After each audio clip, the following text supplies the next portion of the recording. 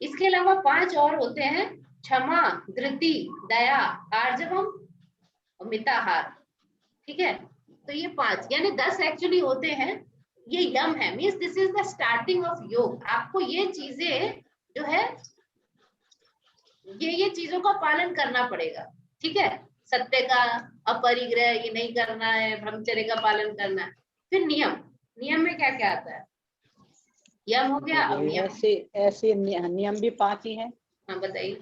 शौच है, संतोष है, तप है, नहीं हाँ, शौच है, संतोष है और तप हो गया, और ईश्वर स्वाध्याय और ईश्वर प्राणिधान।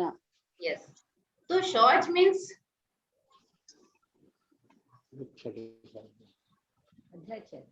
शौच मीन्स शौच का मतलब ये 2 तरह का होता है शुद्धि।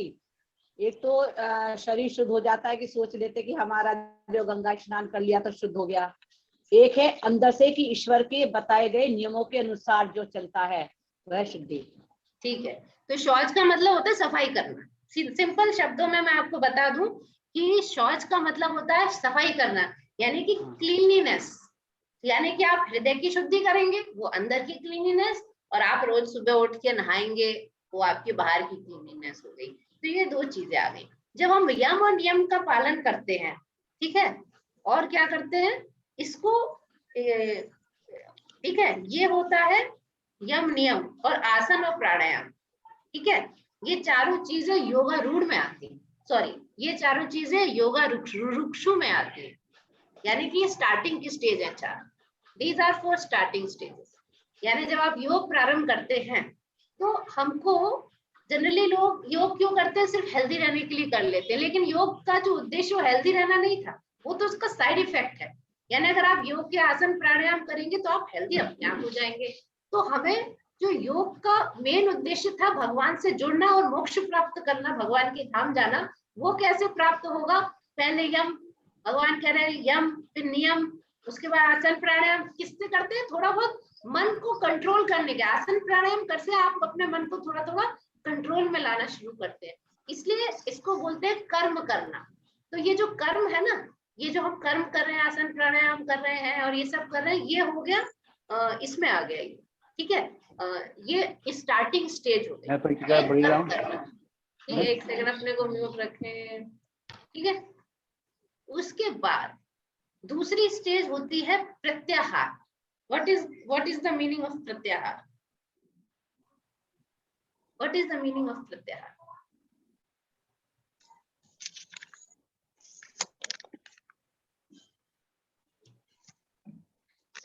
प्रत्याहार का मतलब आहार संतुलन लेना चाहिए। आहार का संतुलन नहीं, एक्चुअली प्रत्याहार का मतलब सिर्फ आहार का संतुलन ही नहीं होता। ऐसे नहीं हम ध्यान से खा रहे हैं वो प्रत्याहार हो गया, वो मिताहार में पहले भी आ चुका है। ठीक है, जब यम नियम कर रहे थे तब मिताहार भी एक आया था, उसमें भी आता है। प्रति माने छोड़ना, आहार माने खाना। यहाँ इंद्रियों का भोजन की बात करें, जब आप अपने इंद्रियों के भोजन को छोड़ दे उसको प्रत्याहार कहते हैं। प्रति माने छोड़ना, आहार माने लेना। तो जब हम इंद्रियों के भोजन को छोड़ देते हैं, यानी इंद्रियों के विषयों की तरफ हमारी नजरें जाने बंद हो जाए। इंद्रिय 5 इंद्रिय, आंख, नाक, कान, मुंह, है ना, स्पर्श। तो बहुत अच्छी अच्छी चीजें छूना, है ना, या बहुत अच्छी चीजें देखना, नाक से सुगंध, मुंह से खाना, कंट्रोल। इन सब में जब कंट्रोल करना शुरू कर देते हैं, यानी इंद्रियों के सब्जेक्ट मैटर को छोड़ने लगते हैं, उसको प्रत्याहार कहते हैं। ठीक है, उसके बाद नेक्स्ट स्टेज आती है धारणा। ये जो प्रत्याहार, धारणा, ध्यान और समाधि, ये चारों स्टेजेस होती हैं। ये योगा रूढ़ की तरफ बढ़नी शुरू हो जाता है। देखिए आप लोग ब्रॉडली समझ लीजिए, जो लोग बिल्कुल नए हैं, 8 चीजें हैं। यम, नियम, आसन, प्राणायाम, ये 4 चीजें आरुरुक्षु यानी स्टार्टिंग की हैं। उसके बाद ये प्रत्याहार, धारणा, ध्यान और समाधि, ये 4 चीजें लास्ट के लिए है, जब योगा रूढ़ होना लगता है। यानी कि जब हम यम नियम का पालन करते हैं, आसन प्राणायाम करते हैं, तो कंट्रोल होने लगती है इंद्रियां।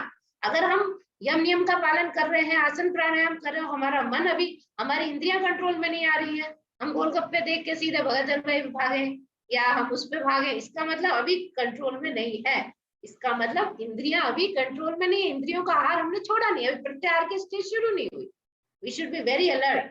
तो प्रत्याहार की स्टेज आने लगती है, आएगी, उसके बाद क्या होगी, नेक्स्ट स्टेज होगी कि धारणा, यानी कि concentration on one single point, यानी भगवान के ऊपर हम कॉन्सेंट्रेट, हमारा मन लगने लगता है भगवान की तरफ, लेकिन अभी स्थिर नहीं हुआ है, कोशिश है। तो धारणा और ध्यान जो है, धारणा is the starting stage of ध्यान। ध्यान मतलब भगवान की तरफ लग गया, पूरा कॉन्सेंट्रेट भगवान में हो गया। और समाधि का मतलब ये होता है, समाधि का मतलब आगे भगवान बताएंगे, समाधि का मतलब ये नहीं होता कि वो बैठ गया और उसको हम आवाज लगा रहे हैं वो सुन ही नहीं रहा, नहीं। समाधि का मतलब ये है कि किसी आदमी को कहीं भी जाए तो उसे हर चीज में भगवान ही नजर आए, वो विचलित ही ना हो, इंद्रिय तृप्ति के सारी समान होते हुए भी उसका मन हमेशा भगवान में रहे। जैसे कि एक कौन संत थे, वो हर चीज में भगवान को ही देखते थे, हर उसमें। तो एक बार एक कुत्ता उनकी रोटी लेके भागा, तो पीछे पीछे घी का डिब्बा लेके भागे, अरे ठाकुर जी आप तो भाग गए, घी तो लगा लो, रूखी रोटी थी। तो उसने क्या किया, उसने हर चीज में भगवान को ही देखा। तो जब आपको हर चीज में मुझे कोई अगर मुझे गलती बता रहा है मेरा कोई सामने वाला, तो उसमें ये देखना कि अच्छा भगवान इसके थ्रू मेरी गलतियां बतवा रहे हैं, तो उसका इसमें एहसान मानना कि देखो मेरे अंदर कुछ तो कमी होगी, तभी ना सामने वाला मुझे बता रहा है कि आपके अंदर ये कमी है, देखो इसे पूरा करो। तो इसका मतलब उसमें भी भगवान को देखना, हर चीज में भगवान का हाथ देखना। ठीक है, प्रभुपाद इतने उसमें गए विदेश, हर जगह वो भगवान ही देखते थे। तो इसलिए कहते हैं कि हर चीज में जब आदमी को उसका मन एकदम स्थिर हो जाता है, नामदेव जी थे, तो उसका मन जब स्थिर हो जाता है समाधि में, तो उसको हर जगह वही दिखता है। ये मैंने बहुत डिटेल में इसलिए बता दिया, आगे हम थोड़ा जल्दी चलेंगे, आधा घंटा हो चुका है। ठीक है, तो दूसरी चीज ये है कि जो हम लोग किसी ना किसी काम में एंगेज ही रहेंगे, या तो हम भगवान की सेवा करेंगे, और या हम किसकी सेवा करेंगे, या हम अपनी इंद्रिय तृप्ति करेंगे। इंद्रिय तृप्ति मैं आपको साफ बताऊं दो टाइप की होती है, इस चीज को नोटिस कर लीजिएगा। इंद्रिय तृप्ति दो टाइप की होती है, एक होती है मैं और मेरा परिवार, एक होती है समाज, विस्तृत इंद्रिय तृप्ति, समाज, देश, ये भी इंद्रिय तृप्ति, ये भी इंद्रिय तृप्ति में आता है। जब हम भगवान की सेवा करते हैं, ठीक है, भगवान की सेवा करने में और अपनी विस्तृत इंद्रिय तृप्ति करें या अपनी सेल्फ, इन दोनों में अंतर। ठीक है, अगर आप समाज सेवा करते हैं बहुत अच्छी बात है, आप अपने परिवार की सेवा करते हैं बहुत अच्छी बात है, लेकिन इससे आपको निर्वाण मोक्ष की प्राप्ति नहीं है 100%। आपको अच्छा जन्म मिल सकता है, ठीक है, आपने जो कुछ पुण्य काम किए उसका आपको अच्छा फल मिलेगा, आपकी मुक्ति नहीं हो सकती, यानी आप जन्म मृत्यु जरा व्याधि से नहीं छूट सकते। उसके लिए क्या करना पड़ेगा, भगवान की सेवा करनी पड़ेगी। तो जो भक्ति योगी होता है, जो भक्ति करता है भगवान की, तो स्टार्टिंग से समाधि में आ जाता है।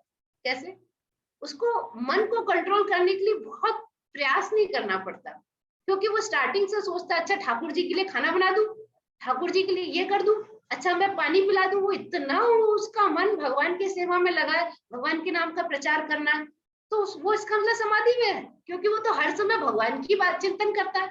वो तो ये चिंतन करता रहता है कैसे भगवान के नाम का प्रचार करूं, कैसे लोगों को भक्त बनाऊं, कैसे गीता का प्रचार करूं। इसका मतलब स्टार्टिंग से ही समाधि में। हम इसको और डिटेल में समझेंगे जैसे जैसे आगे जाएंगे। ठीक है, एक सेकेंड, ये मैं आप लोगों को समझा चुकी हूँ। जैसे ध्रुव भगवान पे ध्यान लगाया था, ध्रुव ने, ये ध्रुव आसन कहलाता है, जो लोग आसन करते वाले कहते हैं ध्रुव आसन। ध्रुव ने भगवान पे ध्यान लगाया, किसी पॉइंट पे ध्यान नहीं लगाया था। भगवान प्रकट हुए थे, भगवान ने दर्शन दिए थे। जो नया फंडा चल गया है किसी पॉइंट पे ध्यान लगा दो, मोमबत्ती पे ध्यान लगाओ, नहीं, भगवान के परमात्मा स्वरूप पे ध्यान लगाने को बोलते हैं। अगर आप आंख बंद करके ध्यान लगा रहे हो तो किस पे ध्यान लगाना है, भगवान के परमात्मा स्वरूप पे।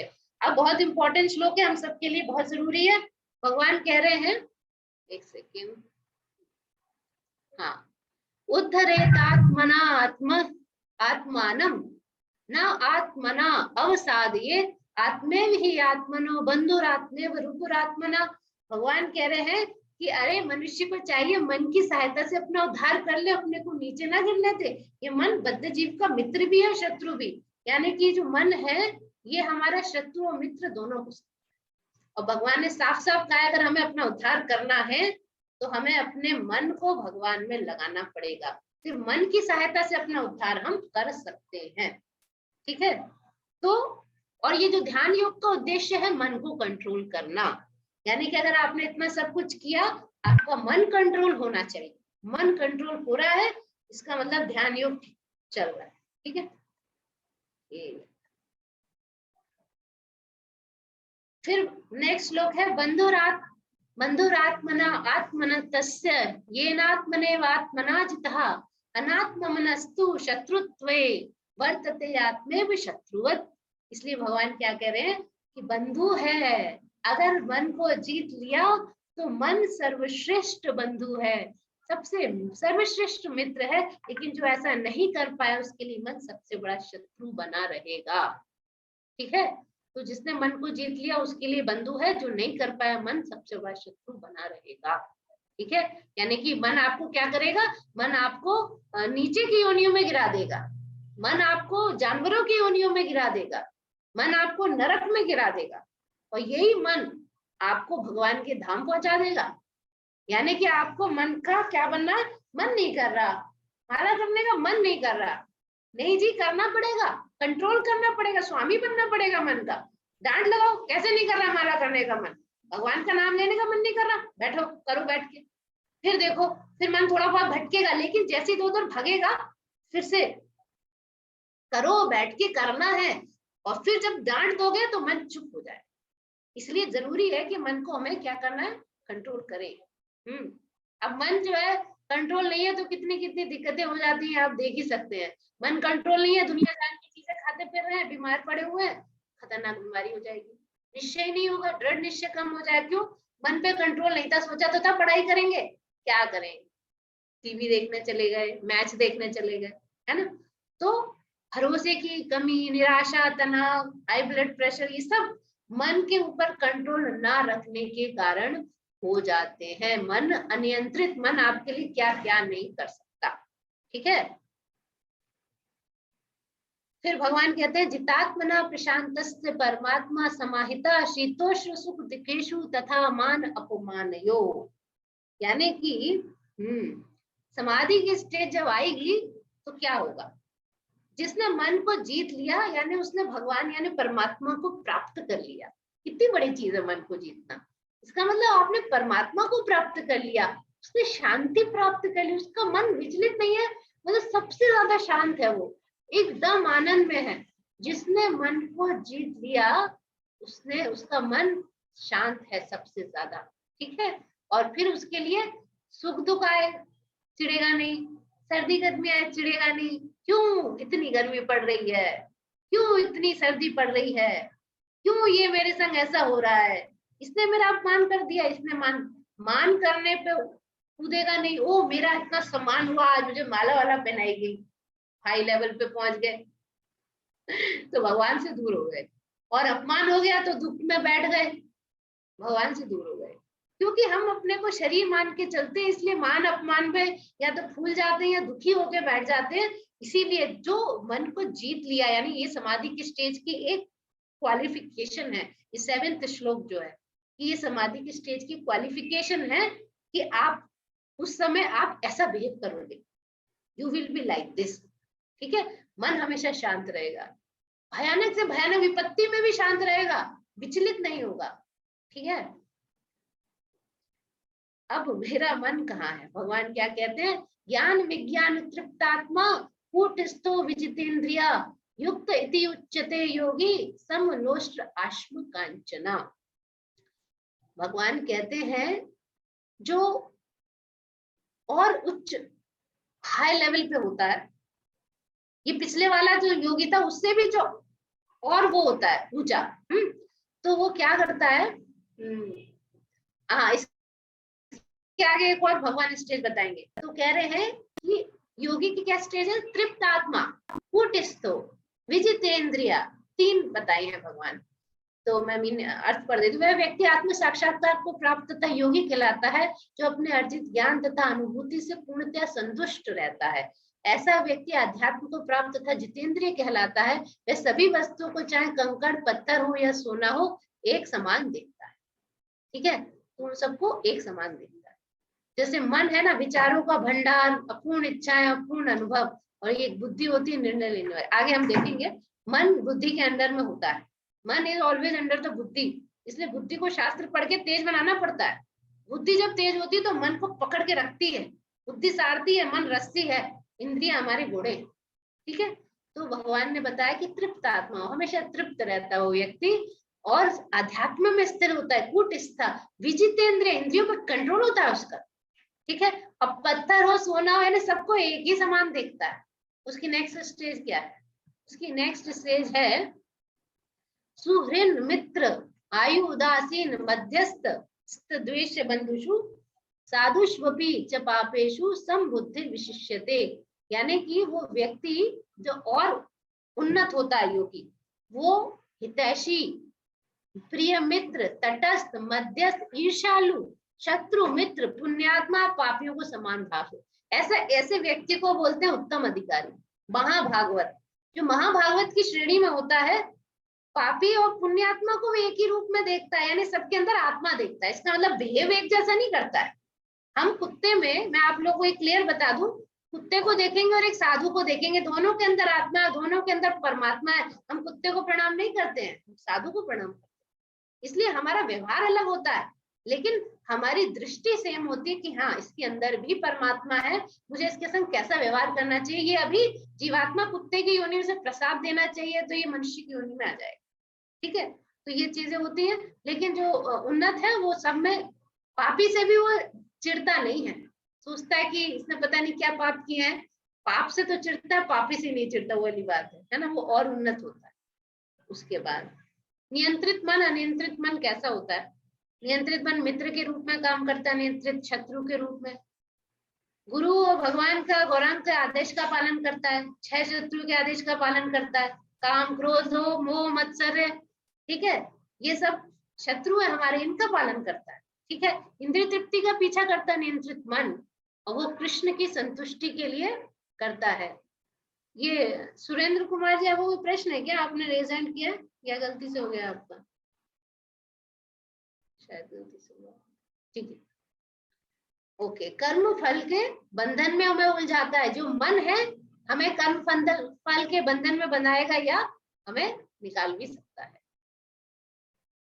हम सब कुछ धारणा पे है। खाना बना रहे, देखिए प्रभुपाद की फोटो है, जब वो अमेरिका नए गए थे तो खाना पका रहे हैं और इनका एक पीछे कुकर दिख रहा है। प्रभुपाद हमेशा अपना लेफ्ट हैंड पीछे रखते थे, लेफ्ट हैंड यूज बहुत मिनिमम यूज करते थे खाना बनाने में।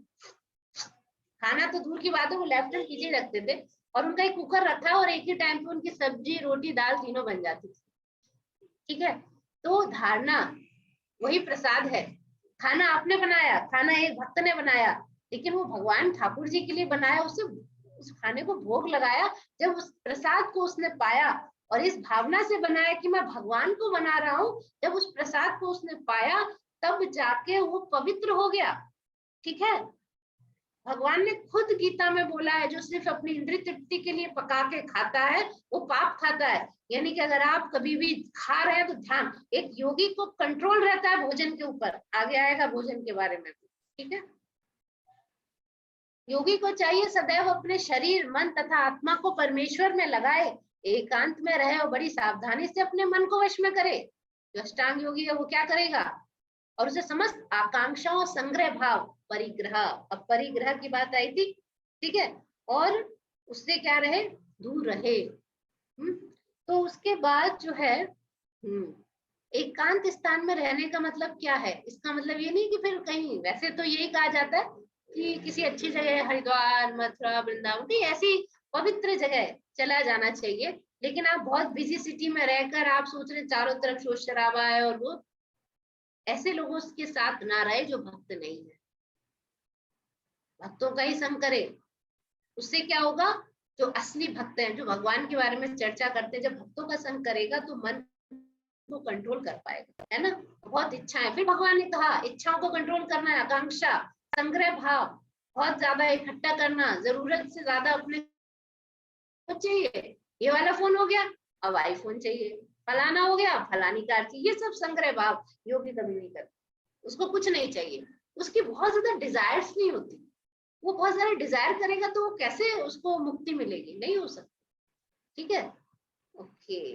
देखिए अब लिखा है कि एकांत स्थान में जाकर भूमि पे कुशा बिछा दे, फिर ऊपर से मृगछाला ढके, फिर ऊपर से एक मुलायम कपड़ा बिछा दे, आसन ना बहुत ऊंचा हो ना नीचे। भगवान ने टेक्निकल डिटेल्स दिया है अष्टांग योग के लिए। पवित्र स्थान में स्थित हो, योगी को चाहिए दृढ़ता पूर्वक बैठ जाए, मन इंद्रिय कर्मों को वश में करे, मन को कंट्रोल करे। बिना मन को अनियंत्रित मन से ध्यान कभी नहीं लगता। आप अनियंत्रित मन से ध्यान कभी नहीं लगा सकते, क्योंकि मन तो इधर उधर भाग रहा है। चले गए कहीं एकांत में भी तो मन भाग रहा है इधर उधर। तो भगवान कह रहे हैं मन को एक ही जगह स्थिर करे। आप भगवान के चरण कमलों में स्थिर कर सकते। मन को भगवान के चरण कमलों में स्थिर करना चाहिए बिंदु, और उसके बाद हृदय को शुद्ध करने के लिए योगाभ्यास करना चाहिए। क्यों कर रहे हैं हम योग? हम प्राणायाम क्यों कर रहे हैं? सिर्फ ऑक्सीजन लेने के लिए नहीं करते। हृदय की शुद्धि होती है हमारी धारणा के ऊपर। अगर हम सिर्फ ऑक्सीजन लेने के लिए करेंगे तो ऑक्सीजन ही जाएगी, धारणा शुद्ध नहीं होगी, हृदय शुद्ध नहीं होगा। लेकिन अगर हम ये सोच के कर रहे हैं कि हमारा जो है हृदय शुद्ध हो जाए, हमारे हृदय से काम क्रोध लोभ निकल जाए, तो हृदय भी शुद्ध हो।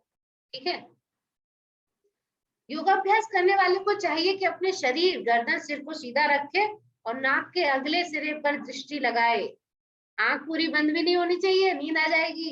आंख पूरी खुली भी नहीं होनी चाहिए, नहीं तो चारों तरफ के नजारे दिखेंगे। कभी चिड़िया दिखेगी, मान लो पेड़ पौधों के बीच में भी जाके बैठ गए तो कभी पत्ते हिलते दिखेंगे, कभी चिड़िया दिखेगी, तो कुछ दिखेगा, है ना। तो आंख थोड़ी हल्की सी अधमुधी होनी चाहिए। नाक के अगले हिस्से पे दृष्टि लगाएं। दमित मन से अविचलित मन से, दमित मन से, भय रहित, विषयी जीवन से पूर्णतया मुक्त। विषय नहीं होना चाहिए, विषयी नहीं होना चाहिए योगी को। उसको संसार में अटैचमेंट उसका होना नहीं चाहिए इतना। उसको जो मिल जाए खा लिया, ठाकुर जी का प्रसाद। विचलित नहीं होगा वो किसी भी परिस्थिति में, चाहे उसको कोई मुसीबत, कहीं ढंग से सोने को नहीं मिला तो चिड़चिड़ाएगा नहीं वो। और वो कहते भगवान ने क्या कहा, आप सब लोग लास्ट लाइन ध्यान से देखें, मना संयम में मत चित्तो युक्त आसीत मत परा। मत का मतलब होता मेरे ऊपर। भगवान कृष्ण कह रहे हैं मेरे ऊपर चित्त को लगाओ, मन से संयम करके मेरे ऊपर चित्त को लगाओ। और क्या करो, आसीत मत परा, परा माने परम, मुझको ही अपना परम लक्ष्य बनाओ। ठीक है, ये दोनों शब्द ध्यान रखना चाहिए। ध्यान योग में हमें भगवान को ही अपना चित्त देना चाहिए और भगवान को ही वो बनाना चाहिए। इस प्रकार शरीर मन और कर्म में निरंतर संयम का अभ्यास करते हुए संयमित मन वाले योगी को इस भौतिक अस्तित्व की समाप्ति पे भगवान कह रहे निर्वाणम, मेरे परमाम परम निर्वाण मेरे धाम को प्राप्त होता है। कृपया नोटेशन ना करें।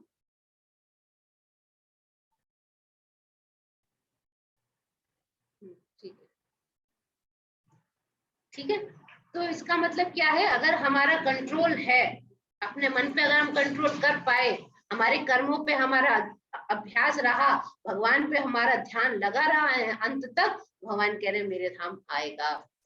ठीक है, उसके बाद तो भगवान क्या कहते हैं, हे अर्जुन, जो अधिक खाता है या बहुत थोड़ा सा खाता है, जो अधिक सोता है, जो पर्याप्त नहीं सोता, उसके योगी बनने की कोई संभावना। इसके लिए क्या करना चाहिए, मतलब मिनिमम 6 से 7 घंटा सो, ना कम ना उससे बहुत ज्यादा। ठीक है, जो बहुत खाता है कम खाता है, लेकिन जो भगवान ने पहले ही चैप्टर में बता दिया, जो मुझे ऑफर करके नहीं खाता है, अगर आपका कंट्रोल ही नहीं है, आप कुछ चीज छोड़ नहीं पा रहे हैं, तो आप कैसे योगी बनेंगे। इसका मतलब यह है कि अगर आपसे कहा जाए भगवान को भोग लगा, आप कहीं कैसे लगा दें भोग, तो ऑनियन गार्लिक डालते हैं, कैसे लगा दें, हम तो अंडा खाते हैं, तो फिर आप कैसे योगी बनेंगे। अगर आप ठाकुर जी को भोग लगा के नहीं खा सकते, इसका मतलब आप कैसे भगवान की प्राप्ति कर सकते हैं। यानी कि योग से कम इतना होना चाहिए कि हम ठाकुर जी को भोग लगा पाए, कि दिस इज वेरी इंपॉर्टेंट कि हम भगवान को भोग लगाएं। ठीक है, और सोने पे अपने आप कंट्रोल होता है। अगर आप भगवान की भक्ति अच्छे से करते हैं, ध्यान पूर्वक जप भी करते हैं और भगवान को भोग लगाते हैं, सुबह उठ के ध्यान पूर्वक जप करते हैं, अपने आप सोने पे कंट्रोल होता है अपने आप। ठीक है,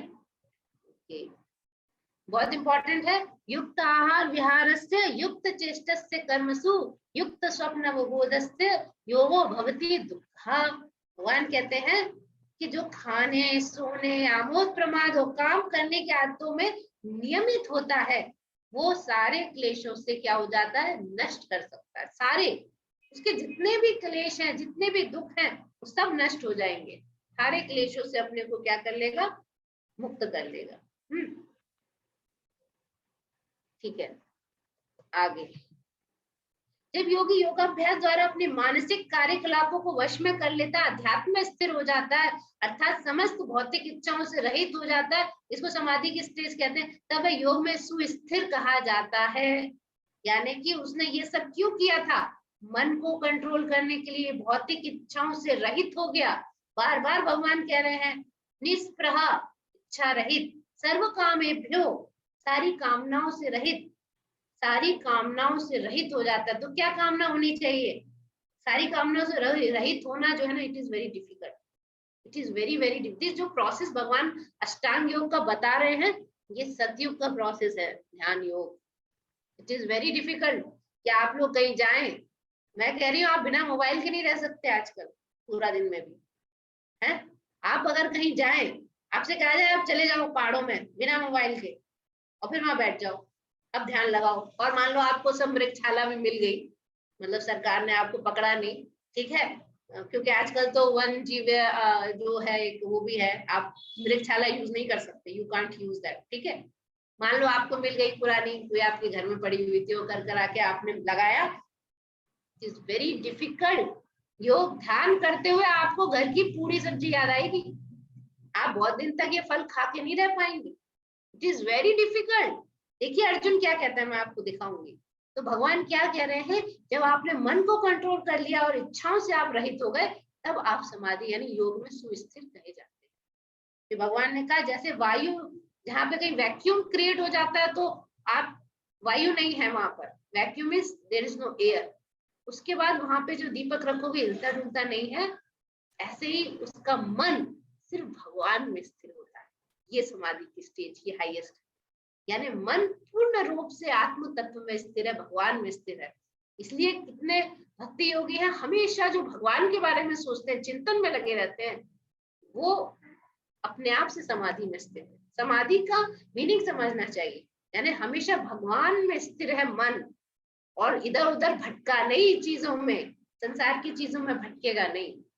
फिर ये 20, 21, 22, 23 श्लोक है, उसका मीनिंग कर देती हूँ। सिद्धि की अवस्था में जिसे समाधि कहते हैं, मनुष्य का मन योगाभ्यास के द्वारा भौतिक मानसिक क्रियाओं से पूर्णतः संयमित हो जाता है।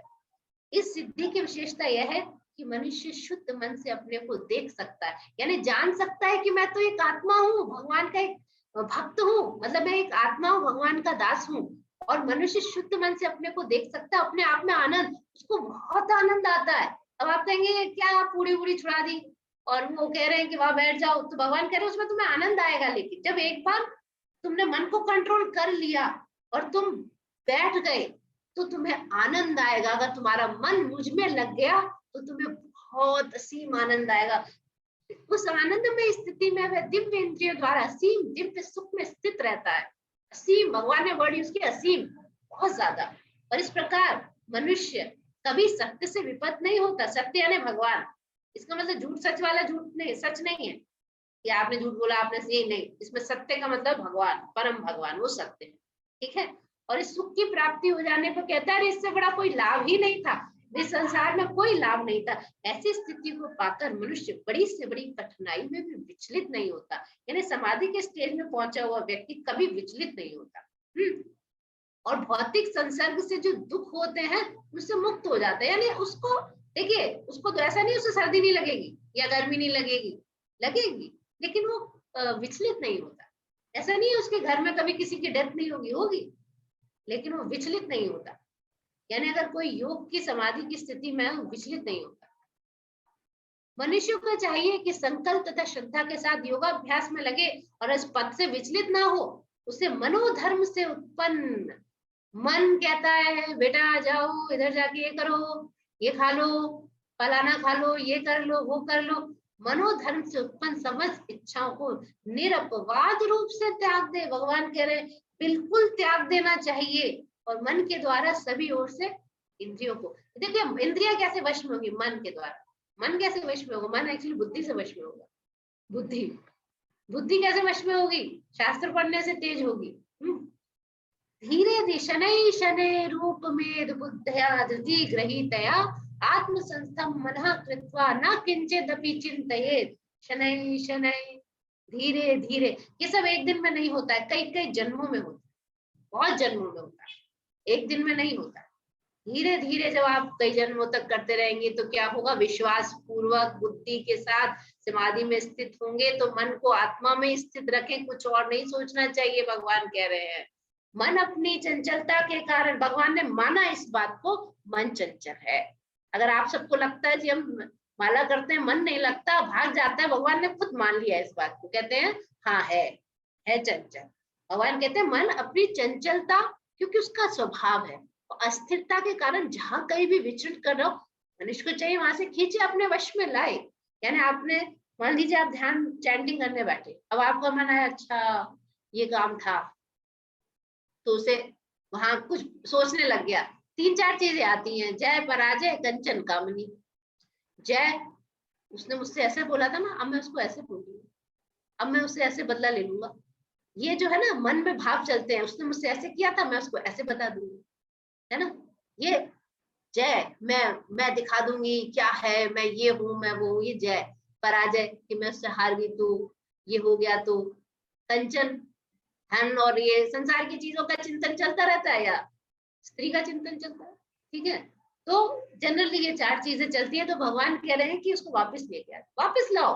चला गया कोई बात नहीं, फिर से ध्यान, अरे वापस लेके आओ, वापस लेके आओ। भगवान कहते हैं जिस योगी का मन मुझ में स्थिर रहता है वह निश्चय ही दिव्य सुख की सर्वोच्च सिद्धि प्राप्त करता है। वह रजोगुण से परे हो जाता है। भगवान कह रहे हैं वह परमात्मा के साथ अपनी गुणात्मक एकता को समझता है। इस प्रकार अपने विगत कर्मों के फल से निवृत्त हो जाता है। यानी आपके पुराने जितने भी कर्म थे, उनके जो भी पाप थे पुण्य थे, सब जीरो हो जाएगा और आप भगवान के धाम चले जाएंगे। सब जीरो हो जाएगा, भगवान के धाम चले जाएंगे। रजोगुण से ऊपर उठना पड़ेगा, तमो से ऊपर रजो, सत्व गुण में स्थित हो जाएगा। उसको भगवान बार बार समझा रहे हैं, सुखम उत्तम, उत्तम सुख की प्राप्ति होगी उसे। इस प्रकार योगाभ्यास में निरंतर लगा रहकर आत्म संयमी योगी समस्त भौतिक कल्मश से मुक्त हो जाता है और भगवान की दिव्य प्रेमा भक्ति में परम सुख प्राप्त करता है। भगवान कह रहे हैं कि सुखम अश्नुते, सुख को प्राप्त करता है। उसके सारे भौतिक कल्मश, जितने पुराने पाप कर्म सब खत्म हो जाते हैं, सारे। उसके अंदर काम, क्रोध, लोभ, मोह, मत्सर, ईर्ष्या, द्वेष सब खत्म हो जाता है। अनटिल एंड अनलेस हमारे अंदर से ये अनर्थ जाते नहीं है ना, हम भगवान के धाम नहीं जा सकते। काम, क्रोध, लोभ, है ना। और धीरे धीरे तो जब करते हैं भगवान का ना, तो पहले तो धीरे धीरे पता चलता है अच्छा मेरे अंदर ये कमियां थी। तब इससे पहले आदमी मानता ही नहीं मेरे अंदर कोई कमी, वो तो सोचता मेरे अंदर कोई कमी नहीं है, मैं परफेक्ट में, थोड़ा बहुत बस गुस्सा आता है। धीरे धीरे उसको पता चलता है अरे ये तो 6 के 6 मेरे अंदर भरे पड़े हैं, मुझे ईर्ष्या भी होती है, मुझे लोभ लालच भी है, काम भावना भी है, इच्छाएं बहुत हैं, क्रोध है ना, अहंकार है, सब है। तो फिर वो धीरे धीरे जाना चाहिए, ठीक है। वास्तविक योगी समस्त जीवों में मुझको और मुझ में समस्त जीवों को देखता है। निसंदेह स्वरूप सिद्ध व्यक्ति मुझ परमेश्वर को सर्वत्र देखता है। सबके अंदर भगवान बैठे हैं, उसको दिखाई देगा। इसलिए सामने वाले से बदतमीजी से बात नहीं कर पाएगा, क्योंकि मालूम है कि सबके अंदर भगवान बैठे हैं। अहंकार में नहीं आएगा। अब कोई गाड़ी चला रहा है और उसने हेलमेट नहीं पहना, पुलिस आए चल इधर साइड में, क्यों भाई? आप उससे कहो भैया आप साइड में आइए, आपने क्योंकि ये नहीं लिया था, रूल ये है कि या तो आप फाइन कटवाइए नहीं तो आप गाड़ी छोड़ जाइए। लेकिन वो उसका अहंकार आ गया, चल चल साइड में ले, साइड में ले। एक क्योंकि मैं तो पुलिस वाला हूँ ना, मैं बहुत बड़ा अहंकार। तो दूसरा वाला तू क्या समझता है, जानता नहीं है मुझे मैं कौन हूँ, वो भी बोलेगा, उसका अहंकार जग। तो ये, लेकिन जो स्वरूप सिद्ध व्यक्ति है वो सर्वत्र परमेश्वर को देखता है ना। जो मुझे सर्वत्र देखता है, सब मुझ में देखता है, उसके लिए ना तो मैं कभी अदृश्य होता हूँ, ना वह मेरे लिए अदृश्य होता है। यानी कि उसे भगवान सब जगह नजर आते हैं, भगवान दिखते हैं। मीराबाई से कहा वो राणा ने कि दिखाओ भगवान, कहते हैं घट घट में मेरे राम है, तुमको दिखते नहीं। मुझे दिखते हैं, मीराबाई को दिखते थे, लेकिन उसको नहीं दिखते, आंख चाहिए उसके लिए, है ना। अगला श्लोक 31वां, जो योगी मुझे तथा परमात्मा को अभिन्न जानते हुए परमात्मा की भक्ति पूर्वक सेवा करता है, सर्वभूत स्थितम यो माम भजन्ति एकत्वम आस्थितः सर्वथा वर्तमानोऽपि स योगी मयि वर्तते। जो योगी सर्वभूत स्थित कौन है? सभी लोगों के हृदय में कौन स्थित है? सर्व माने सभी, भूत माने भूत प्रेत नहीं, भूत माने जितने जीवात्माएं, सभी जीवात्माओं के अंदर स्थित कौन है हृदय में? कोई आंसर इसका? सभी जीवात्माओं के अंदर कौन स्थित है?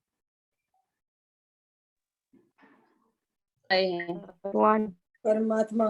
परमात्मा स्थित है। Thank you very much. सभी जीवात्माओं के अंदर भगवान महाविष्णु, ठीक है, परमात्मा रूप में शंख चक्र गदा पद्मधारी स्थित रहते हैं। चाहे आप चीते की योनि में जाओ, चाहे कीड़े की योनि में जाओ, भगवान हमेशा साथ रहते हैं। तो भगवान कह रहे हैं मुझे भजनते एकत्वम, जो मैं भजते हैं मुझे और उन परमात्मा को एक जानते हुए, अभिन्न है मैं वही परमात्मा हूँ, मेरे से ही निकला है। भगवान कृष्ण कह रहे हैं जो मुझे और उस परमात्मा को भजनती, भजन किसका करते हैं? भजन तो उसका करते हैं ना, सामने भगवान का भजन करते हैं। भजन्ति एकत्वम आस्थिता सर्वथा वर्तमानो अपि सहयोगी मयि वर्तते। ठीक है, वो मुझ में स्थिर होता है।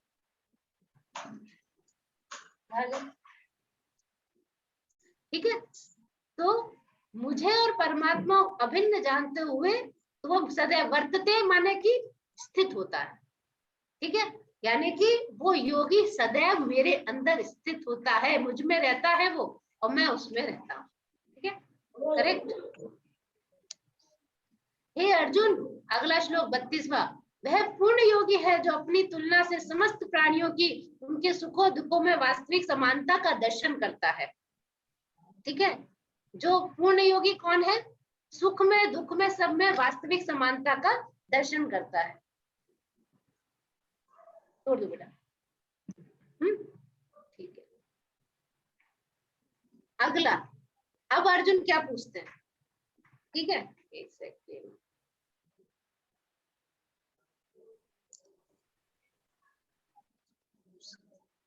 अर्जुन पूछते हैं कि मान लो भाई कोई योग वोग करे, सारा कहते हैं ना माया मिली ना राम, तो क्या होगा? कि मान लो सब कुछ छोड़ छाड़ के थोड़ा योग वोग में लगा, और घर वाले बुलाते थे कि आओ भैया पार्टी वार्टी चले, आप घूमेंगे खाएंगे पिएंगे, वो बेचारा गया भी नहीं। योग कर रहा हूँ, योग में स्थित हूँ, इंद्रियों को कंट्रोल कर रहा हूँ, बोले। और वो जो है वो, अच्छा ये नेक्स्ट क्वेश्चन, अभी अर्जुन क्या कहते हैं? अर्जुन कहते हैं कि हे मधुसूदन, हे मधुसूदन, आपने जो मुझे योग पद्धति का जो संक्षेप में वर्णन किया है वह मेरे लिए अव्यवहारिक और असहनीय है। क्यों? कहते क्योंकि मन चंचल और अस्थिर है। अर्जुन ने रिजेक्ट कर दिया। द्वापर युग में कहता है मेरे बस की नहीं है ये सब करना। मेरे लिए इस अष्टांग योग के माध्यम से समाधि में पहुंच जाना बड़ा कठिन है। It is actually very difficult.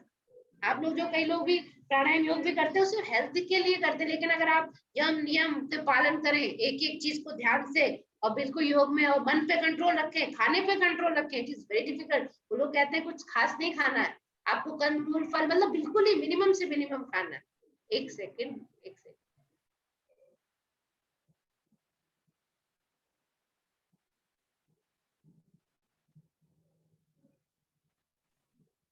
Sorry. तो अर्जुन, आप लोगों को मालूम होगा कि महाभारत आप लोगों ने अगर सुनी देखी या कुछ करी होगी, अर्जुन जो है वहां गया था। जब अर्जुन इन लोगों को अज्ञातवास नहीं, पहले वनवास मिला था और 1 साल का अज्ञातवास मिला था, 12 साल का वनवास मिला था। तो लास्ट में वो जो है एक बार उसने शिव जी को प्रसन्न किया था। इसके लिए हम देखते हैं कि केदारनाथ है और पशुपतिनाथ जो है, 2 जगह है। और इसके अलावा फिर वो स्वर्ग गया था अपने पिता के साथ। इसके बाद तो जब स्वर्ग गया था तो वहां पर जो है सबसे बड़ी अप्सरा आई थी उर्वशी, कहती है कि Arjun was so beautiful actually, तो कहती है मेरा मन तुझ में लग गया है, तुम्हारा संग करना चाहती हूँ। तो हाथ जोड़ के कहते नहीं आप तो मेरी क्योंकि जो राजा पुरु थे उनके साथ उनका हुआ था, अप्सराओं की तो लंबी उम्र होती है, तो उसी के वंश में उस अप्सरा ने उसके राजा की पत्नी बनी थी, एक्चुअली प्रेमिका बनी थी, और उससे पुत्र भी उत्पन्न की थी। तो अर्जुन ने कहा नहीं आपको तो मैं माता मानता हूँ, और वो इतनी खूबसूरत थी कि अच्छे से, और वो बोली हम अप्सरा है, हमारा ऐसा कुछ नहीं होता है, तो कोई वो बूढ़ी थोड़ी थी, अप्सरा है तो अप्सरा होती है, और उर्वशी तो सबसे सुंदर अप्सरा थी। लेकिन वो अर्जुन ने कहा अर्जुन जिसका मन उस अप्सरा को देख के डिगा नहीं, वो अर्जुन कहता है कि ये जो आप विधि का जो वो कर रहे हैं वो मेरे लिए अव्यवहारिक और कैसी है, असहनीय है। It is actually impractical for me, क्योंकि मन चंचल तथा अस्थिर है, मन चंचल तथा अस्थिर, ठीक है। तो it is actually very difficult. लेकिन भगवान कहते हैं हम जब हम जप और ध्यान भी करते हैं, इसके लिए क्या करना चाहिए। अब मैं आपको एग्जांपल देती हूँ विश्वामित्र मुनि का। विश्वामित्र मुनि ध्यान योग कर रहे थे, ध्यान में लगे हुए थे, लेकिन मन में कहीं ना कहीं उनके ना डिजायर्स रह गई थी। डिजायर्स पूरी तरीके से जानी चाहिए, थोड़ी सी भी डिजायर्स रह जाती है ना तो वो बाद में उठ के आती है। तो विश्वामित्र मुनि ने जैसे थोड़ी चूड़ियों की खन खन छन छन सुनी, आंख खोल ली तो वो जैसे वो रूप देखा अप्सरा का तो पिघल गए। उसके बाद कई साल उनके वेस्ट, ठीक है। यानी कि इस विधि में आप गिर सकते हैं। अब आपको मैं हरिदास ठाकुर का एग्जाम्पल देती हूँ। हरिदास ठाकुर जो थे वो दिन में 3 लाख नाम जप किया करते थे, 192 राउंड्स, 192 इतने माला किया करते थे, वो 2 ही घंटे निकलते थे। तो उनका नाम बहुत था, तो उनको गिराने के लिए एक अप्सरा नहीं, एक थी बहुत सुंदर जो थी वहां की, लक्ष्य हीरा नाम था उसका, वैश्य का, वो आई, उसको भेजा था किसी ने, एक था राम खान करके, वो चाहता था कि इनका नाम मैं डुबो दूं। तो रात में आती है तो वो कहते हैं कि देखो मैं एक मिनिमम इतने नंबर करता हूँ और मैं अभी अपनी मेरी माला पूरी नहीं हुई है, जब मेरी पूरी हो जाएगी तो तुम्हारी इच्छा पूरी करूंगा। वो आके कहती है आपका संग करना चाहती हूँ। बहुत सुंदर थे वो, यंग एज के थे। वो वहां बैठी रही, बहुत सज धज के क्या क्या नहीं करके आई थी, पूरी रात सुनती रही हरे कृष्ण महामंत्र का जाप।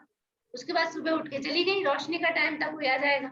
अगले दिन फिर रात को आई, फिर उन्होंने कहा कि मेरा आज भी ना जो संकल्प किया था पूरा नहीं हुआ, आज शायद हो जाए। तो जब वो फिर पूरी रात निकल गई, पूरी रात सुनती रही, फिर चली गई थोड़ी गुस्सा हो गई।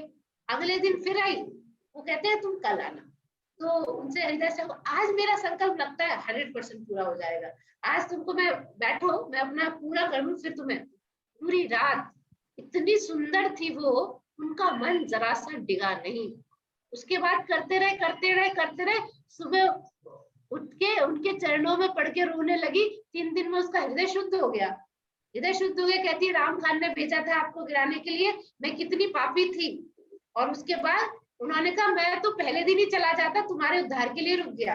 3 रात मैंने सिर्फ तुम्हारे उद्धार के लिए रुका था मैं, ताकि तुम्हारा उद्धार कर दूं। और उन्होंने फिर उसको माला दी, वो सिर में डाली, सारी संपत्ति उसने वो कर दी, खुद वो माला करने लगी। और वो तो चले गए आश्रम छोड़ के, उसी आश्रम में रहने लगी, तुलसी के सामने माला करती थी। वो भी धीरे धीरे रोज 3 लाख माला करने लगी, उस लेवल तक पहुंच गई। ये आसान बात नहीं है। उसके बाद एक बार खुद माया देवी हरिदास ठाकुर को गिराने आई। वो क्या खूबसूरत होंगी उनकी कोई, लेकिन जो भक्त में, भक्ति में इतनी शक्ति है भगवान के नाम में कि अपने आप हृदय से जो सारी चीजें निकल जाती है, जान के कंट्रोल नहीं करनी पड़ती।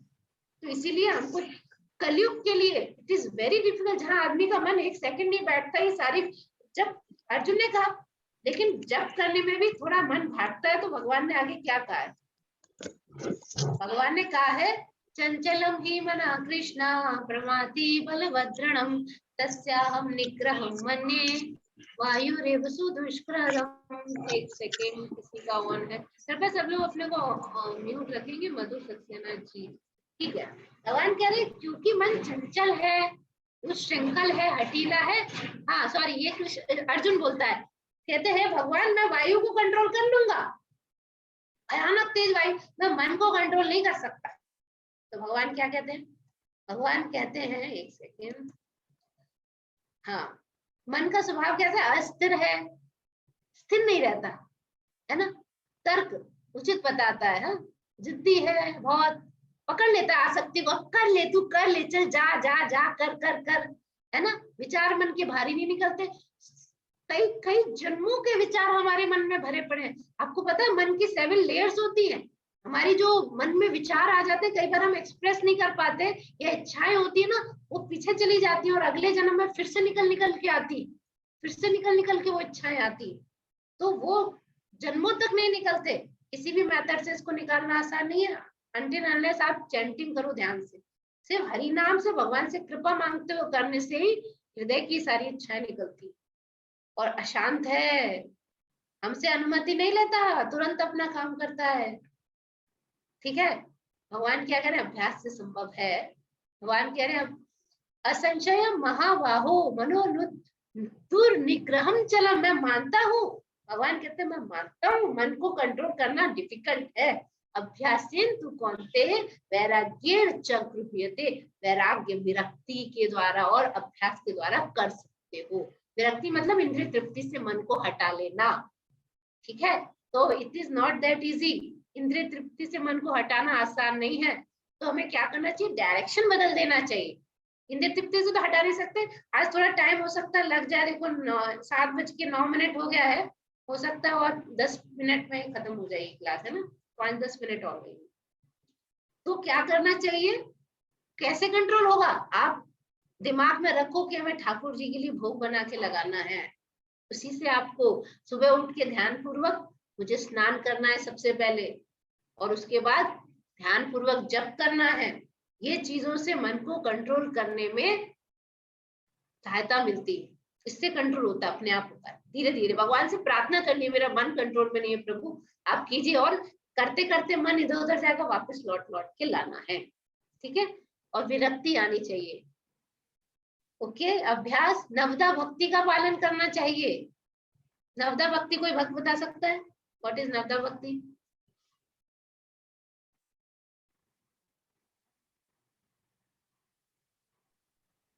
अर्चनम पद्यम। हरे कृष्ण। हाँ, कौन बता रहा है? मैं बताऊं माता जी? हाँ बताइए। श्रवणम कीर्तनम विष्णु सेवनम आत्मनिवेदनम साख्यम, वो पूरा श्लोक याद नहीं है। लोग याद नहीं है, कोई बात नहीं, एक भजन भी आता है, भजहु रे मन, हाँ इसमें होगा लिखा हुआ, बता भजहु रे मन श्री नंद नंदन अभय चरणारविंद रे। इसमें आएगा, इसमें आगे की लाइंस में नवदा भक्ति का आता है, श्रवण कीर्तन विष्णु स्मरणम पाद सेवनम अर्चनम वंदनम दास्यम सख्यम आत्मनिवेदनम। प्रहलाद महाराज ने बताया अपने पिताजी को, उनके पिताजी बोलते हैं बेटा भागवत में लिखा है 7वें स्कंद में कि बेटा क्या सीख के आए तुम, अच्छा क्या सीखा तुमने पाठशाला में? कहते पिताजी, हाथ जोड़ के बड़े प्रिय से, पिताजी श्रवण कीर्तन सुनना चाहिए, भगवान विष्णु का स्मरण करना चाहिए, कीर्तन करना चाहिए, वंदन करना चाहिए, अर्चना करनी चाहिए। वंदन माने, वंदन का अर्थ होता है भगवान के बारे में प्रार्थनाएं करते हैं, आरतियां गाते हैं या कुछ प्रार्थना करते हैं, वंदन। अर्चना माने डीटी वर्शिप, से भगवान की आरती उतार रहे हैं, घंटी बजा रहे हैं, चंदन तिलक लगा रहे हैं, वो अर्चन। श्रवण माने भगवान के बारे में सुनना, कीर्तन यानी उनके बारे में कीर्तन करना, है ना। तो ये नवदा भक्ति बताई, सख्यम दास्यम आत्मनिवेदन, सब कुछ निवेदित करना चाहिए। फिर तो उसने उठा के फेंक दिया, कहता ये सीख के आया था तू, ठीक है। तो विरक्ति के द्वारा भगवान कह रहे हैं, यानी कि मन को उन चीजों से हटाना चाहिए जो भगवान को समर्पित नहीं है, सीधी सीधी बात है। और भी बहुत सारी चीजें थी, यम नियम हमने आपको स्टार्टिंग में बताए, लेकिन सीधी सीधी बात है, कई चीजें होती नहीं है, लेकिन अगर आप मन को हटा लो जो भगवान से रिलेटेड नहीं है, अपने आप विरक्ति आ जाएगी, ठीक है। ओके, भगवान कहते हैं जिसका मन उच्छृंखल है उसके लिए आत्म साक्षात्कार कठिन कार्य है, लेकिन जिसका मन संयमित है और जो समुचित उपाय करता है उसकी सफलता ध्रुव है, ऐसा मेरा मत है। आगे चलेंगे। अब अर्जुन पूछता है अच्छा उनका क्या हुआ, जो बेचारे करते रहे, जो मैं पहले बता रही थी ना, माया मिली ना राम, तो क्या होगा? तो कहता है, अर्जुन ने पूछा, हे कृष्ण, 37वां और 29वां श्लोक तक हम पढ़ेंगे कि क्या गति होती है।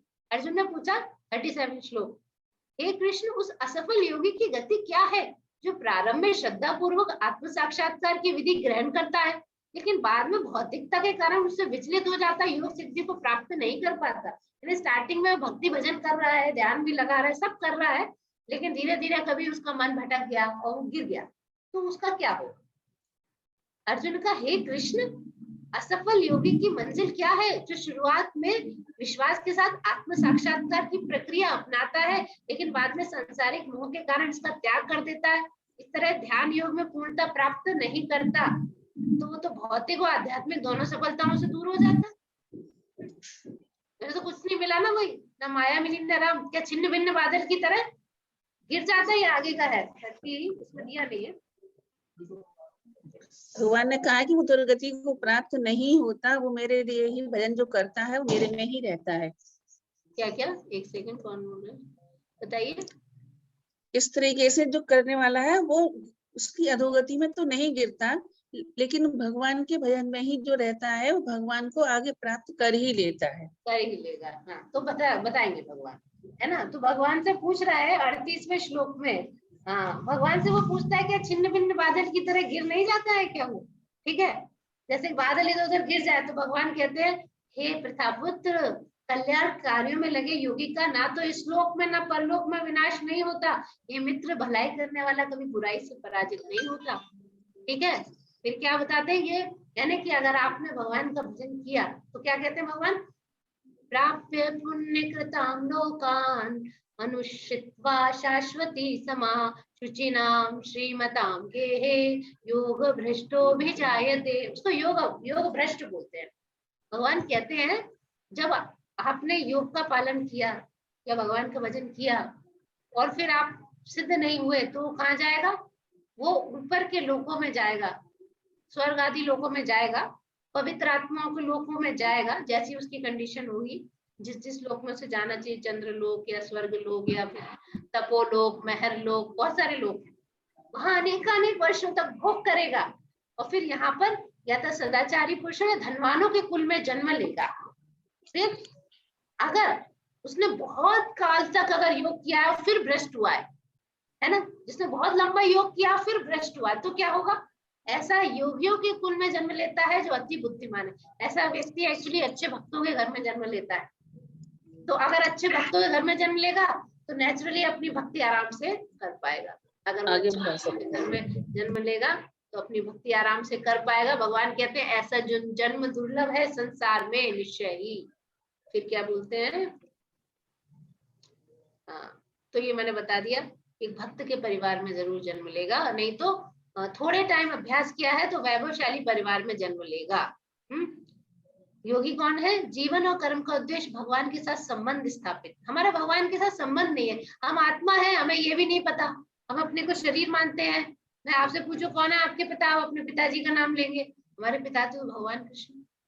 तो भगवान हमारे पिता है, लेकिन हम भूल जाते हैं, हम आत्मा है, हम भूल जाते हैं। ठीक है, तो उद्देश्य क्या है? संबंध स्थापित करना किसी भी तरीके से, योग। ठीक है, ओके। धीरे धीरे हम भगवान के धाम पे बढ़ते जाते हैं। ये फिर से वो भजन आया, दुर्लभ मानव जन्म सत्संगे तरे हुए भव सिंदूरे, कि ये मानव जन्म दुर्लभ है, दुर्लभम ही मानुषम जन्मा। खुद प्रहलाद महाराज समझा रहे हैं 7वें स्कंद में, सबको पढ़ना चाहिए 7वां स्कंद, कि मानव जन्म दुर्लभ है पिताजी। और अपने उनको भी बताते हैं असुर मित्रों को, स्कूल में, पाठशाला में, अपनी गुरुकुल में, कहते हैं तरहु हे भव सिंधु, तर जाओ यहाँ से, भव सागर से, दुर्लभ जन्म है। ठीक है, तो यहाँ पे बताया है श्रवण कीर्तन स्मरण दास्य पाद सेवन वंदना। अब लक्ष्मी जी पाद सेवन करती है, हम कैसे कर सकते हैं? अगर आप चंदन घिस के भगवान के चरणों में तुलसी लगा देंगे तुमसे भी पाद सेवन। ठीक है, दास्य, भगवान के दास्य की तरह करना, वंदना करना, जैसे अक्रूर जी ने की थी जब जा रहे थे मथुरा से वृंदावन भगवान को लेने के। ठीक है, स्मरण प्रहलाद की तरह करना, श्रवण परीक्षित महाराज की तरह 7 दिन तक सुनते रहे, खाया ना पिया, और सुनाया कीर्तन शुद्धे गोस्वामी की तरह करना। पूजन जैसे महाराज पृथु ने भगवान की पूजा की थी, किसी ने की नहीं। सख्य जैसे अर्जुन उनका सखा था, और बलि महाराज ने जैसे आत्मनिवेदन किया था। बलि महाराज के लिए फेमस है कैसे उन्होंने आत्मनिवेदन किया था। वो तो सवई मना कृष्ण पदार विंदयो वांचांसी वैकुंठ गुणानुवर्णने, उनके बारे में भागवत में आता है कि सवई मना कृष्ण पदार, उन्होंने कृष्ण में सब मन को लगा लिया। कानों से कथा सुनते थे, मुंह से गुणगान करते थे, मंदिर भी क्लीन करते थे। बलि महाराज के लिए जब दुर्वासा मारने आए, भगवान ने अपना सुदर्शन चक्र छोड़ दिया, सुदर्शन चक्र छोड़ दिया। मेरे भक्त को परेशान किया, सब जगह घूमते फिरे, शिव जी के पास गए, ब्रह्मा जी के पास, विष्णु जी के पास गए, कहते हैं कि मेरा भक्ति तुमको बचा सकता है, वापस उसी के पास जाओ जिसका अपमान किया था। तब हाथ जोड़ के खड़े रहे, वो एकादशी का पालन किया था उन्होंने। ठीक है, तो ये है। अब सबसे इम्पोर्टेंट है, भगवान बताएंगे सर्वश्रेष्ठ योगी कौन है। तो यहाँ पे 46 श्लोक में बताया है, योगी पुरुष तपस्वी से, ज्ञानी से तथा सकाम कर्मी से बढ़कर होता है। जो कर्मयोग करते हैं, कहते हैं हम तो कर्मयोग करते हैं। क्या कर्मयोग? घर बार के काम करते हैं, वही कर्मयोग है। कर्मयोग का मतलब है निष्काम भाव से कर्म करना, भगवान के साथ अपने को जोड़ना। लेकिन भगवान कह रहे योगी तपस्वी साधारण ज्ञानी और सकाम कर्मी से बढ़कर होता है, जो अपनी इच्छा के लिए कर्म करता है घर में। ठीक है, और तुम भगवान कहते हैं तस्मात योगी भव अर्जुन, हे अर्जुन तुम सब प्रकार से योगी बनो। फिर भगवान कहते हैं योगी नाम अपि सर्वेशाम, योगियों में भी, अपि माने भी, सर्वेशाम यानी सबसे बड़ा योगी कौन है? मत गतेन अंतरात्मना, जो मन में हमेशा मेरे बारे में सोचता है। श्रद्धावान भजते यो माम, भगवान ने यहाँ पे भक्ति योग, हर जगह भगवान भक्ति योग ले आते हैं एक्चुअली। तो भगवान कह रहे हैं श्रद्धा से जो मेरा भजन करता है, मैं नीचे का वो नहीं पढ़ रही हूँ, मैं श्लोक से मीनिंग पढ़ रही हूँ। यो माम समे युक्त तमो मता, युक्त तम यानी सबसे सर्वश्रेष्ठ योगी कौन है? जो श्रद्धा से मुझे भजता है और कंटिन्यूस मेरे बारे में, यानी कि जो भक्ति योग करते हैं वो सर्वश्रेष्ठ योगी हैं। कैसे? क्योंकि वो कंटिन्यूस भगवान के चिंतन करते हैं। ठीक है, तो समाधि में रहते हैं, क्योंकि हमेशा भगवान का चिंतन करते हैं, तो समाधि में रहते हैं, वो सर्वश्रेष्ठ योगी है, ऐसा मेरा मत है, ये बताया है। ठीक है, तो थैंक यू वेरी मच। एक मिनट स्टॉप शेयर। ये हमने आज ध्यान योग पढ़ा है, आप सब लोग और इसे एक बार और पढ़ें, इसके तात्पर्यों को और पढ़ें और उससे इसको और समझने का प्रयास करें और ध्यान पूर्वक जप करें। हरे कृष्णा कृष्ण कृष्ण हरे हरे, हरे राम राम राम हरे हरे। तो जब जप करें मन इधर उधर जाए तो उसे रोके। सुबह सुबह का सर्वश्रेष्ठ टाइम है, कृपा करके सुबह ध्यान पूर्वक जप करें। इसी जन्म में अगर मुक्ति पाना चाहते हैं तो ठीक है, सब काम करने हैं, हर चीज करनी है, घर के भी काम निपटाने हैं, सब करिए आप, लेकिन ध्यान पूर्वक सुबह सुबह एक बार जप कीजिए। फिर भले आप हेल्थ के लिए भी ध्यान रखिए, लेकिन ये ध्यान रखिएगा अगर आप कितने भी हेल्दी हैं, मरेंगे जरूर, हो सकता है हेल्दी मरे या बीमार मरे, लेकिन मुक्ति प्राप्त करने के लिए, जन्म मृत्यु जरा व्याधि से परमानेंटली छूटने के लिए हमको ध्यान पूर्वक भगवान की सेवा करनी पड़ेगी। ठीक है, तो आई होप आप सब लोगों को समझ में आया हो और मैं कुछ समझा पाई हूँ। बहुत सुंदर समझाया, बहुत थैंक यू सुंदर वेरी जी, मच। बहुत सुंदर, बहुत अच्छा। बहुत सुंदर समझाया, वेरी गुड, बहुत अच्छा। ठीक है, धन्यवाद। ठाकुर जी भी, जब गुरु महाराज भी याद किया था। एक बात है, जब के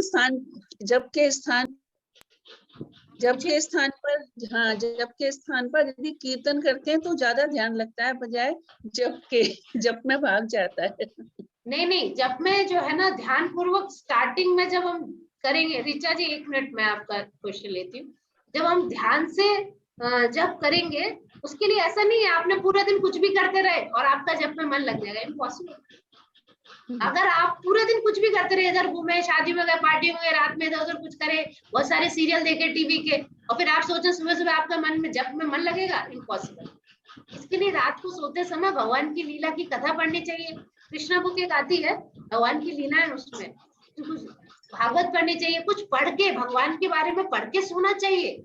पूरे दिन में भी कंट्रोल रखना चाहिए, कम से कम आधा घंटा तो डेली हमें गीता पढ़नी चाहिए, चाहे समझ में आए नहीं आए। भगवान ने बोली अपने मुंह से, यही सोच के पढ़नी चाहिए, भगवान बुद्धि देंगे। तो जब आप पूरे दिन कंट्रोल्ड वे में रहेंगे ना, तो अगले दिन और भक्तों का लेक्चर्स, भक्तों का संग, मंदिर जाना चाहिए, सेवा करनी चाहिए, तो धीरे धीरे सुबह जाके धीरे धीरे क्या होगा कि फिर अगले दिन जब सुबह सुबह स्नान करके जब ध्यान पूर्वक बैठेंगे तो जब में मन लगेगा, टेस्ट आएगा, भगवान टेस्ट देंगे। और नहीं अगर टेस्ट आए तो रोना चाहिए कि क्यों टेस्ट नहीं आ रहा, ठाकुर जी थोड़ा तो टेस्ट दे दो, ठीक है। टीवी तो देखते ही नहीं है, टीवी तो देखते ही नहीं है। लेकिन हमें क्या करना चाहिए, रात को कुछ कृष्णा बुक या कुछ ऐसे पढ़ के सोना चाहिए, उससे क्या रहेगा। और सुबह सुबह ऐसे कहते हैं ब्रह्म मुहूर्त के टाइम पर अगर आप गजेंद्र मोक्ष पढ़ते हैं तो अगले दिन नींद बहुत अच्छी आती है, ठीक है। तो गजेंद्र मोक्ष है वो पढ़ सकते हैं। ब्रह्म मुहूर्त का टाइम होता है सूर्योदय से 1 घंटा 36 मिनट पहले 48 मिनट रहता है, ठीक है। तो वो एग्जैक्टली उसी टाइम में पढ़ेंगे तो फायदा करेगा। और ब्रह्म मुहूर्त डेली बदलता है, ये भी बता दूं, क्योंकि सूर्योदय डेली बदलता है, ठीक है। ऋचा जी क्या प्रश्न है आपका? राधे कृष्ण। हरे कृष्ण। माता जी एक वो अभी आप जो नौदा भक्ति का एक भजन बता रही थी, वो उसका कुछ लाइन बता दीजिए, मैं ढूंढ लूंगी उसको। अच्छा, भजहु रे मन श्री नंद नंदन अभय चरनार विंद रे, दुर्लभ मानव जन्म सत्संगे तरो हुए भव सिंधु रे, ठीक है। भजहु रे मन लिखने से ही आपको आ जाएगा, भजहु रे मन श्री नंद नंदन, ठीक है। और किसी का हाँ बताइए। गजेंद्र मोक्ष का आप बता रही हैं, क्या टाइम कैसे बता रही हैं? देखिए गजेंद्र मोक्ष संस्कृत में है और डिफिकल्ट है, लेकिन 1 महीना आप प्रयास करेंगे तो आप सीख जाएंगे। 8वें स्कंद में शायद 8वें स्कंद में चैप्टर नंबर क्या है? तीसरा हाँ चैप्टर नंबर 3 है। 8वें स्कंद में चैप्टर नंबर 3 है और उसमें से आप पढ़ सकती हैं। एंड स्टार्टिंग में इट इज डिफिकल्ट और आपको वो भी मिल जाएगा, ऑडियो भी है, यूट्यूब पे भी मिल जाएगा, साथ में प्रैक्टिस कीजिए कुछ दिन, फिर सुबह सुबह पढ़ सकते हैं, ठीक है। एक वैष्णव कैलेंडर ऐप आती है, उसमें अगर आप देखेंगे तो ब्रह्म मुहूर्त का टाइम बता देता है, यानी कि कल बैंगलोर में बता रही हूँ मैं, आगरा का, आप आगरा में किधर रहते हैं? लखनऊ में। अच्छा हाँ रिचर्ड, आप लखनऊ में रहते हैं तो लखनऊ को मैं ऑब्वियसली नहीं बता पाऊंगी, थोड़ा 5-10 मिनट का अंतर होगा। कल 27 है, कल ब्रह्म 4:40 पे बैंगलोर में, हो सकता है वहां थोड़ा जल्दी होगा, और वो 48 मिनट रहता है, तो डेली थोड़ा चेंज होता है, तो उस ऐप से देख सकते हैं। एक चीज और थी कि जैसे भगवत गीता में मतलब अराउंड अप्रॉक्स 700 श्लोक हैं, तो इसमें से जैसे कुछ श्लोक ऐसे भी आप बता सकती हैं जो हम मतलब साथ के तेज बुद्धि नहीं किया। आप 15 चैप्टर पढ़िए जी, 15 चैप्टर पढ़िए। अच्छा। और हमारे देखिए ग्रुप में वीणा माता जी है क्या? अभी वीणा माता जी से मैंने कहा था आप 15 चैप्टर, और श्लोक इतने अच्छे से भी नहीं पढ़ पाती थी, और उन्होंने 15 चैप्टर इतनी मेहनत से पूरा रट लिया, पूरा याद कर लिया, और बिना उसके आराम से सुना देती है। तो आप 15 चैप्टर डेली पढ़िए और उसको याद करिए उन श्लोकों को, फिर उसके बाद नेक्स्ट 12 चैप्टर पढ़िए, उसको याद कीजिए। इतना 15 और 12 पहले 15 कीजिए, ठीक है। आप एक हफ्ते में 1 श्लोक एटलीस्ट याद कीजिए जी। आप एक बार में 15 याद कीजिए, धीरे धीरे आप ऐसे करेंगे ना, शाम के टाइम आप श्लोक पढ़ सकते हैं। इसके अलावा आप श्लोक की गीता है ना, कौन सा 10th चैप्टर में कुछ श्लोक है, नंबर 2, ठीक है। और किसी का कोई प्रश्न? जी यदि पूरा गीता का ज्ञान तो एक ही श्लोक में भगवान ने कही है लास्ट में, क्या? वही सर्वाणी सदर्मानी परितर्जुमा एक चरम भज, हाँ, गीता का सार है, सार तो दे दिया भगवान ने, लेकिन अब फिर भी पूरा पढ़ना चाहिए। और हम क्योंकि कर नहीं पाते ना, सर्व धर्मान परित्यज्य, इसके लिए हम वो करते हैं, ठीक है ना, तो यही है, ठीक है। और किसी का कोई प्रश्न तो नहीं है? बंद करें अपनी मीटिंग, ठीक है। माता जी आप म्यूट पे हैं। माता जी हरे कृष्णा। हाँ माता जी, आपका बहुत बहुत धन्यवाद। आप लोगों का सभी का धन्यवाद ये ज्वाइन करने के लिए। तो आप लोगों को 6 चैप्टर का रिवीजन हो गया है, तो अगली बार हम देखते हैं 7 स्टार्ट करेंगे, ठीक है? ठीक है, ओके। तो 7 चैप्टर का जब भी होगा मैं आप सब बाकी लोगों को भेज दूंगी। हाँ मैसेज कर। चलिए फिर, हरे कृष्णा। हरे कृष्णा। हरे कृष्णा माता सभी जी। लोग अपना वीडियो ऑडियो ऑन करके एक बार हरे कृष्णा करेंगे। सभी लोग वीडियो ऑडियो ऑन करके हरे कृष्णा कृष्णा कृष्णा हरे हरे, हरे राम राम राम हरे हरे, हरे बोल। हरि बोल। हरि बोल। हरि बोल। हरे कृष्ण। हरे कृष्णा सभी को, हरे कृष्ण। हरे कृष्ण।